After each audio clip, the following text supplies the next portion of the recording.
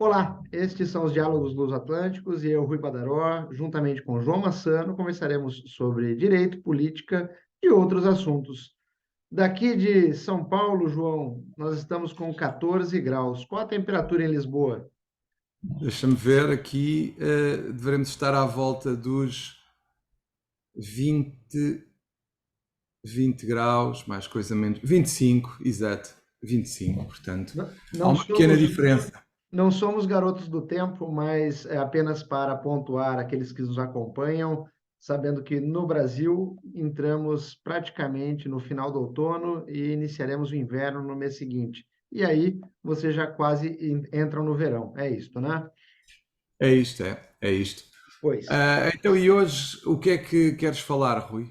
João, no final de semana, creio que todos nós acompanhamos o assustador caso, mais um, de racismo ocorrido na partida de futebol entre o Real Madrid e o Valência, onde, mais uma vez, o jogador Vinícius Júnior, porventura brasileiro, sofreu ataques racistas por parte da torcida. E parece-me que a condução do caso, pensando no aspecto do futebol, não foi das melhores, culminando com a expulsão desse jogador.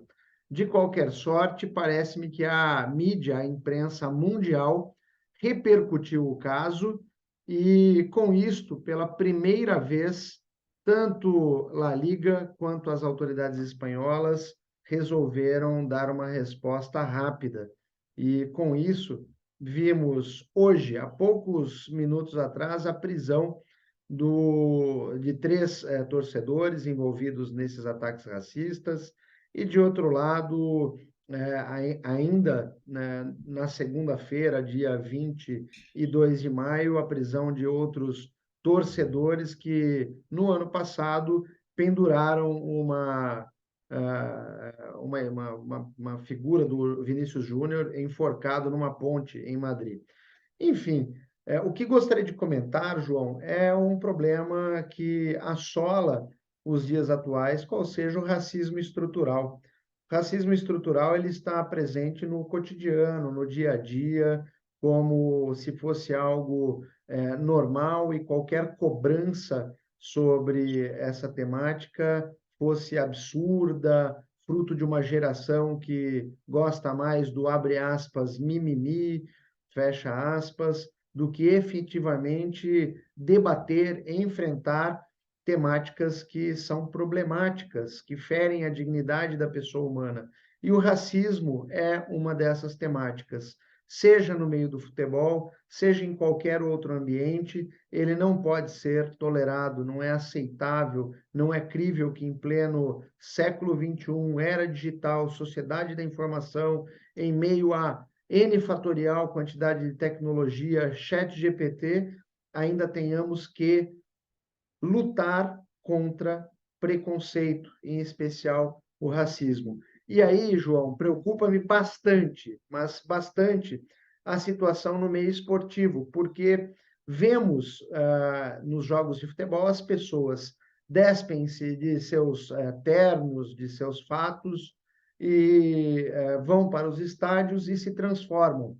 Há uma expressão que uso aqui no Brasil que é baixam a bandeira da França, da Inglaterra e tornam-se corsários, piratas, onde podem saquear, pilhar e fazer Porque aquilo que bem entendem.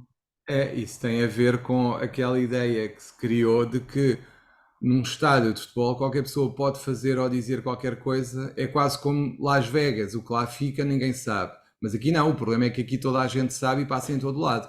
E eu acho que é um pouco essa cultura porque muita gente utiliza o desporto e o futebol principalmente como um escape para o stress diário.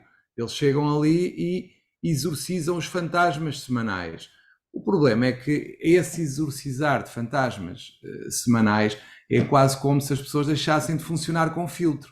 De repente, aquele filtro que há para permitir a convivência social desaparece e qualquer pessoa se transforma num vândalo, num hooligan.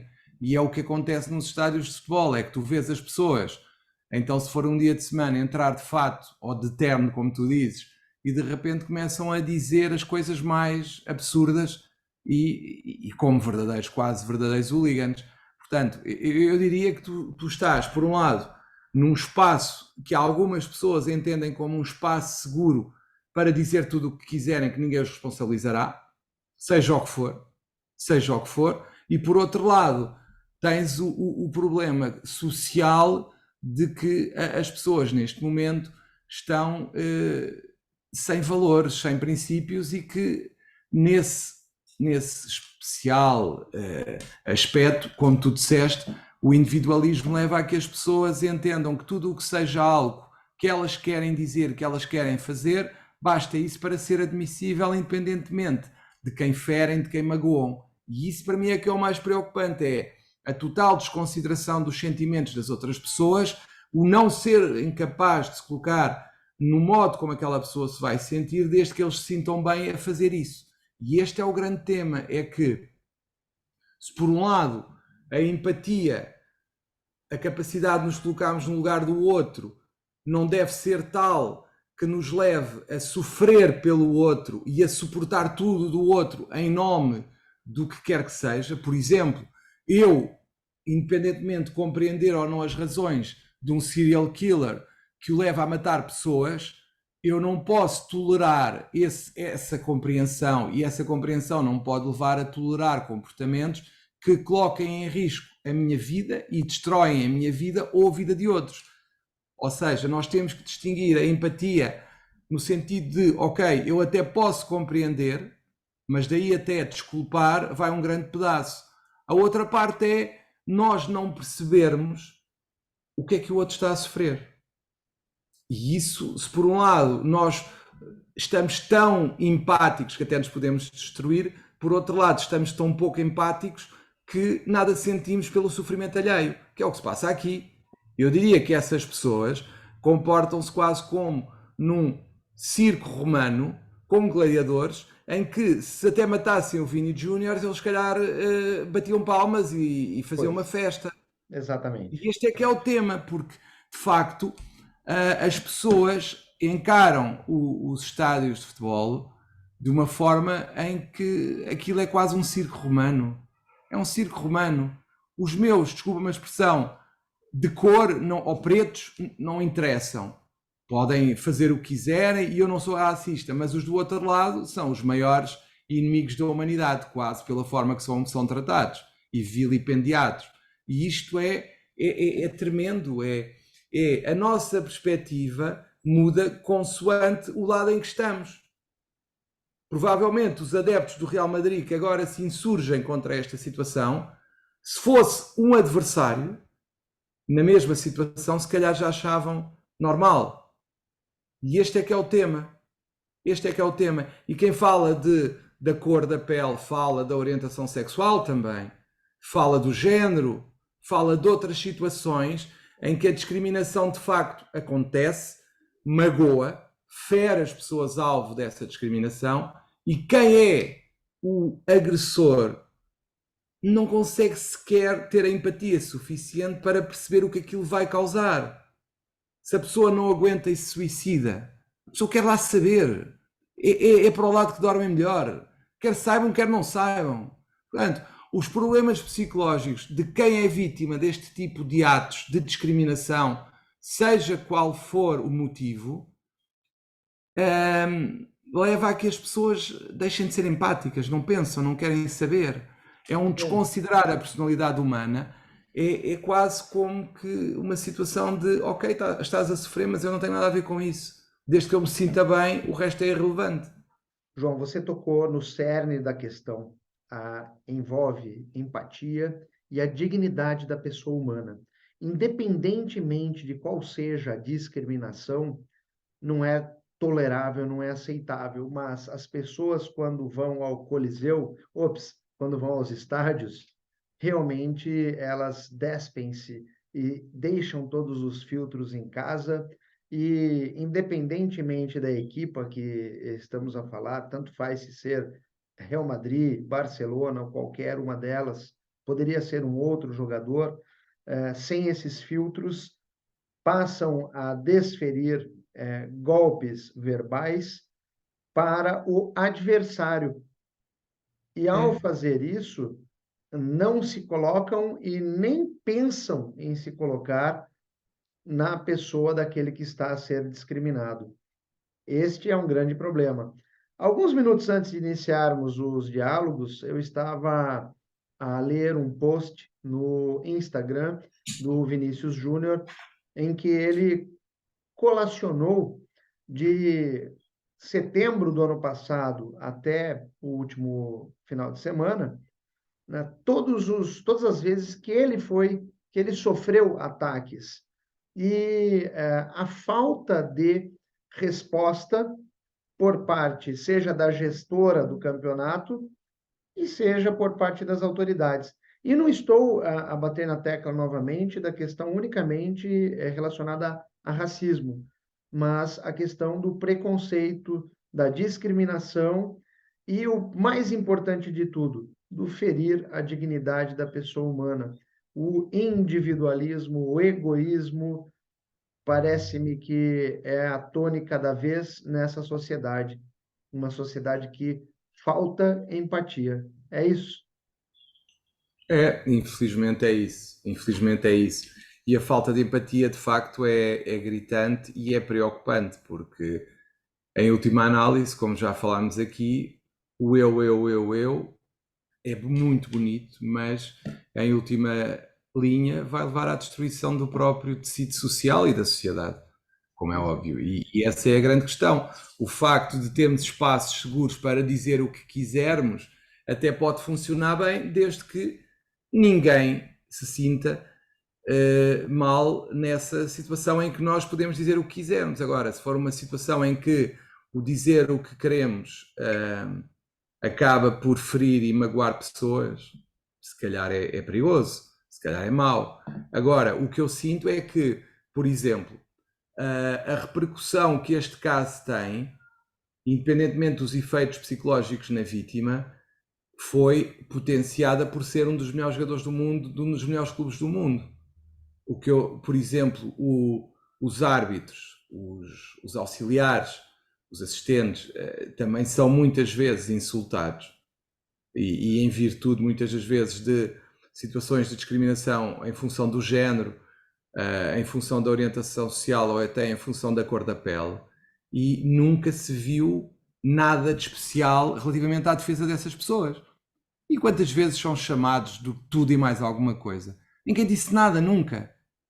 E isso também para mim é um tema. O facto de é o Vinícius, é mau, é verdade que é mau, mas e o que chamam aos árbitros e o que dizem dos árbitros, ofendendo e criando situações muito complicadas aos árbitros, até de agressão e tudo. Quantas vezes há uma reação forte? Quase nenhuma. A não ser que haja uma agressão muito grave. Portanto, nós acabamos por ter uma realidade que é uma realidade de acordo com o que, nem sei, o que é mais mediático, o que salienta mais, como se a agressão em si não tivesse o mesmo valor. Retornamos, João, àquilo que sempre discutimos aqui nos diálogos, desde a primeira edição. Qual o impacto da mídia ante os fatos? É isso. Esse é o X da questão. Quantos fulanos, jogadores de futebol em times de quarta, quinta divisão, terceira, segunda, que sofrem discriminações das mais variadas, árbitros, treinadores, técnicos, enfim, e outros membros de equipe, em outros esportes, em qualquer situação, também sofrem discriminação e não são objeto da mesma repercussão, da mesma virulência da mídia e que acabam por forçar o Estado a tomar uma providência. E daí não se limita à questão meramente da discriminação por gênero, por cor de pele. Nós temos um problema em todas as áreas da nossa vida em sociedade em todo o mundo, João. Porque eu recordo-me que, anos atrás, aqui no Brasil, quando a Operação Lava Jato foi inaugurada, foi desvelada, o então juiz responsável por essa operação, ele usou muito da mídia para colocar na berlinda o Poder Executivo e também o próprio Pretório Excelso, ou seja, o Supremo Tribunal Federal, de modo que algumas decisões foram esdrúxulas por parte da Justiça. E isso muito Claro. pouco é debatido, é discutido, porque no calor das emoções, todos nós queremos que crucifiquem fulano e libertem ciclano, Sim. mas não se analisa com calma e com a necessária distância dos fatos. E aí, creio, já em guisa de conclusão de comentário, que preconceito, seja ele qual for, é inaceitável, é intolerável no momento em que o mundo se encontra. Século XXI, acesso à informação, possibilidade de aquisição de conhecimento e, creio, somos todos seres humanos.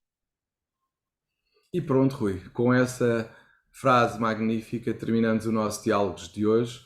Voltaremos para a próxima semana com novos temas. Muito obrigado a todos, até à próxima. Um abraço e até a próxima.